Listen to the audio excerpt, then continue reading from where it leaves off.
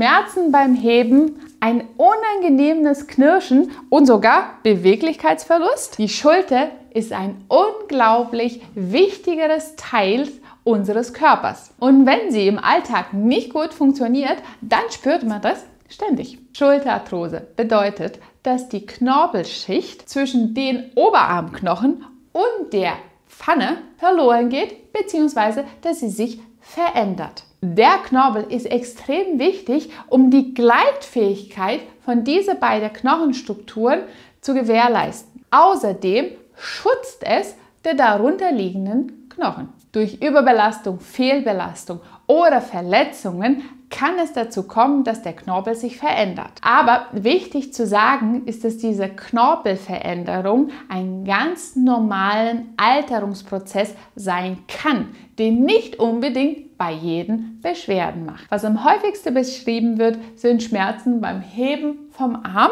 oder wenn man den Arm nach hinten greift, wie zum Beispiel, wenn man eine Jacke reinkommen will. Die Bewegung, die am häufigsten und am schnellsten verloren geht bzw. eingeschränkt ist, ist die Außendrehung der Schulter. Die Schmerzen treten häufig abends auf, vor allem dann, wenn man auf die Schulter drauf liegt. Frühmorgens folgt es dann mit einem Steifigkeitsgefühl in der Schulter und Schwierigkeiten, es zu bewegen. Knirschende Geräusche kommen auch sehr häufig vor. Je nach Schmerzzustand kann es dann auch zu Kraftverlust der Muskulatur kommen. Wenn du diese Beschwerden hast, ist es höchste Zeit, wieder aktiv zu werden, dich wieder zu bewegen und aus dieser Schmerzspirale wieder rauszukommen. Und wie das geht und welche Übung du dafür brauchst, das zeige ich dir jetzt. Um deine Schulter wieder schmerzfrei zu bekommen, ist es wichtig, dass du 3 Punkte beachtest. Du solltest deiner Schulter erstens Bewegung geben, das zweite Dehnbarkeit der Muskulatur und das dritte Kräftigung. Nicht nur von der Schultermuskulatur, aber auch von dem Rumpf. Und hier kommt es auch die richtige Balance an. Du solltest deine Gelenke mobilisieren, aber ohne dieses zu überfordern. Am Anfang ist es komplett okay, auch ohne Gewicht bzw. nur mit der Schwerkraft zu arbeiten. Langfristig, wenn du dann beschwerdenfreier bist, solltest du die Übungen verstärken, indem du mehr Gewicht dazu nimmst. Bewegung ist das Beste, was du für deinen Knorpel tun kannst. Es sorgt für die Ernährung der Gelenkstruktur und lindert Schmerzen, verbessert die Beweglichkeit. Und eine gute Bewegung für deine Schulter sind die Pendelübungen. Nimm ein kleines Gewicht, ein leichtes Gewicht in der Hand und lass es einfach vor und zurück pendeln. Du kannst auch eine Tüte voller Einkäufe oder irgendwas, was jetzt halt ein bisschen Zug an der Schulter macht. Achte darauf, dass der Oberkörper gerade bleibt und bewege es langsam vor und zurück. Es ist leichter für das Gelenk, wenn man den Oberkörper nach vorne beugt. Man könnte sich zum Beispiel jetzt halt abstützen auf einen Tisch oder ein Möbelstück, aber in geradener Position funktioniert es genauso. Mache diese Bewegung vor und zurück, ungefähr für 1-2 Minuten und dann versuche es auch, leichte kreisende Bewegungen zu machen. Du kannst hierfür auch den Schwung von deinem Oberkörper nutzen. Indem du den Oberkörper ein bisschen mehr drehst, kommst du eher zu dieser Pendelbewegung der Schulter. Auch hier solltest du dann halt 1-2 Minuten dran bleiben. Wichtig ist, dass diese Bewegung nicht schmerzhaft sein darf. Durch den Zug von das Gewicht wird das alles ein bisschen leichter. Du kannst auch mit der Geschwindigkeit ein bisschen spielen. Manchmal ein bisschen schneller, manchmal ein bisschen langsamer. Und genau diese Übung ist der perfekte Einstieg für die nächsten Dehnungs- und Kräftigungsübungen. Die Schulter zu heben ist sehr häufig eingeschränkt und schmerzhaft. Diese Übung ist eine gute Möglichkeit, genau diese Bewegung wiederherzustellen. Dafür solltest du dich vor ein Möbelstück hinstellen, die etwas höher ist. Außerdem hat es einen besonderen Vorteil, dass man auch die Brustwirbelsäule damit mobilisiert und je beweglicher der Brustanteil ist, desto besser ist es für deine Schulter. Stelle dich in Schrittstellung vor ein Möbelstück, platziere beide Hände mit der Handfläche nach unten gedreht. Jetzt gehen wir einen Schritt wieder nach hinten, so weit wie du kannst. Und in dieser Position merkst du schon die Streckung von der Schulter. Und ab hier gehst du nun mit dem Gesäß nach hinten und bewegst deinen Brustkorb nach vorne Richtung Boden. Achte darauf, dass deine Ellenbogen gestreckt bleiben und beweg dich so weit, wie du kannst, nach unten. Lass es zu, dass der vordere Bereich von der Brustkorbmuskulatur, dass es gedehnt wird. Du kannst die Hände ein bisschen breiter legen, dann verändert sich ein bisschen die Zugstelle und dann gehst du wieder langsam nach oben. Dynamische Übungen haben den Vorteil, die sind etwas effektiver, als nur dehnen und in der Position zu bleiben. 15 Wiederholungen sollen das werden, vielleicht sogar 20, wenn du das schaffst, und 3 Serien davon. Wenn es dir zu stark wehtut, ist es kein Problem, wenn du mehr den Unterarm auf dem Möbelstück ablegst und dann weniger in die Beugung reingehst. Nur so viel, wie dein Gelenk das hergibt, ohne zu doll zu schmerzen.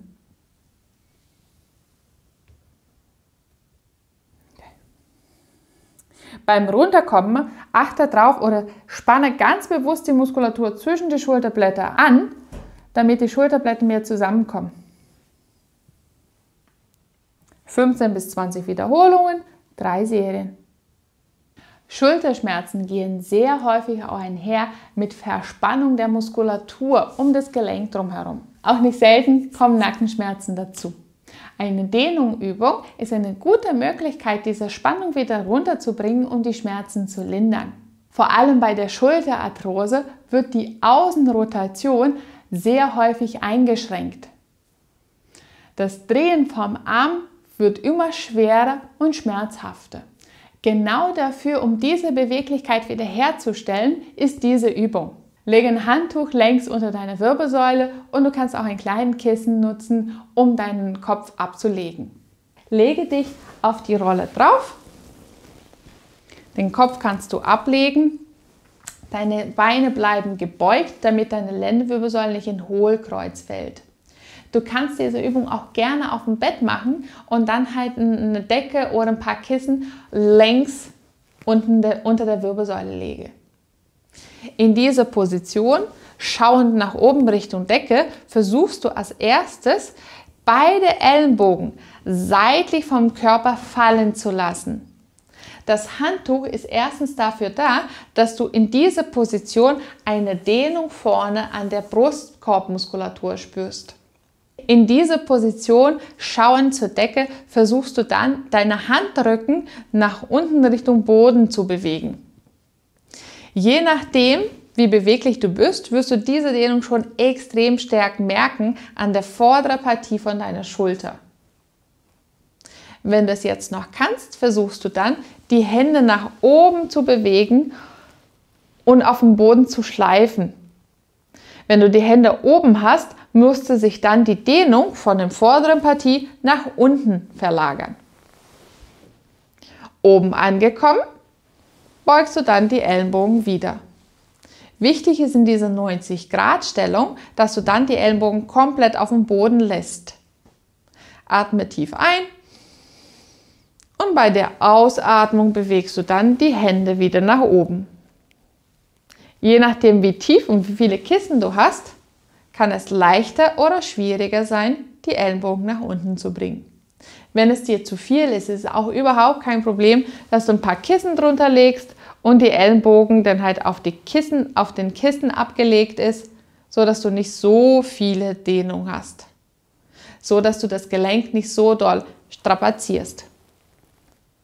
Diese Engelbewegung von dem Engelflügel sozusagen solltest du nun für 12 bis 15 Mal wiederholen und davon 2 Serien.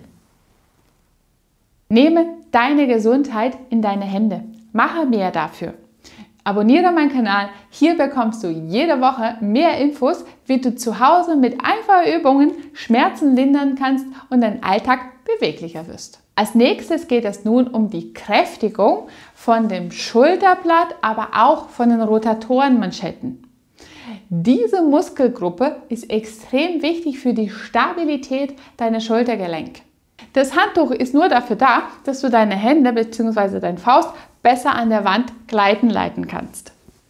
So, mach eine Faust, genauso wie ich jetzt gerade hier gemacht habe.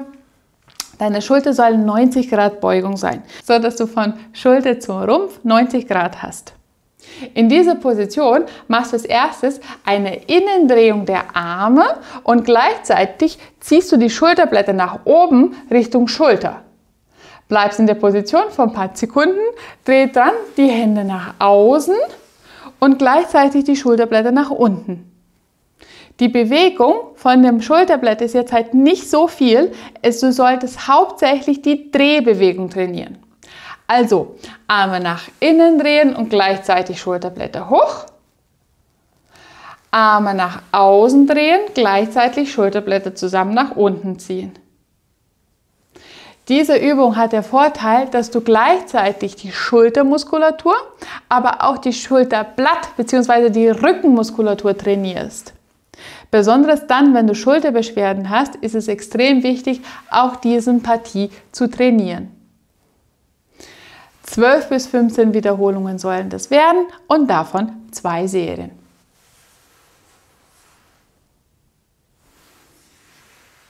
Und für diese letzte Übung geht es nun um das Training für den Außenrotatoren und gleichzeitig für die Muskulatur, die deinen Arm hebt. Dafür kannst du so ein Gummiband nutzen, musst du aber nicht, du kannst sie auch frei machen, wenn das jetzt halt deine Kondition es noch nicht erlaubt. Stell deine Beine hüftbreit auseinander. Das Band wirst du jetzt direkt unterhalb von deinem Handgelenk platzieren. Du beginnst die Übung, indem deine Ellenbogen ganz nah am Rumpf sind. Jetzt gibst du einen Schritt nach vorne und gleichzeitig hebst du die Hände und versuchst die Hände nach außen zu drehen. Beug die Ellenbogen und bring das Bein wieder zurück. Schrittstellung, Hände nach außen und hoch, beugen und rein.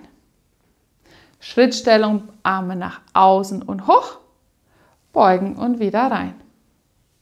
Diese Übung hat den Vorteil, dass du sowohl die Rotatoren trainierst, aber auch den Delta-Muskel. Diese beiden Muskelgruppen sind besonders geschwächt, wenn man Schmerzen hat. Durch die Schrittstellung und das nach vorne bringen von Rumpf hast du auch einen positiven Effekt auf deinen Bauch- und Rückenmuskulatur. 12 bis 15 Wiederholungen sollen das werden und davon 2 Serien. Geh nur so weit nach oben, wie deine Schulter das beschwerdenfrei bzw. mit minimaler Beschwerden ermöglichen. Dieses Übungsprogramm kann dir gut dabei helfen, deine Schmerzen zu lindern, wenn du an einer Schulterarthrose leidest. Beginne die Übungen langsam und achtsam, am besten ohne Gewicht, und je besser du wirst, desto schwieriger kannst du die Übungen dann gestalten. Bleibe dran, es kommt keine Wunder. Du brauchst eine bestimmte Zeit am Training, damit es auch wirksam ist. Und noch einen kleinen und wichtigsten Tipp. Wenn du an einer Arthrose leidest, dann ist es wichtig, nicht ständig das Gelenk zu überlasten. Das heißt, wenn du jetzt halt Haushaltsaktivitäten hast, wie zum Beispiel Fenster putzen, das Auto putzen oder viel heben oder schneiden, dann versuche diese Aktivitäten einzuteilen, dass du nicht alles auf einen Tag machst. Du kannst komplett beschwerdenfrei sein, gut deine Übung gemacht haben und bei einer Übertreibung kommst du dann wieder zu deiner Ausgangsstelle mit Schmerzen zurück. Deshalb lieber immer ein bisschen weniger, aber dafür schmerzfrei und länger über die Zeit. Ich danke dir fürs Zuschauen und wir sehen uns wieder beim nächsten Video. Ciao!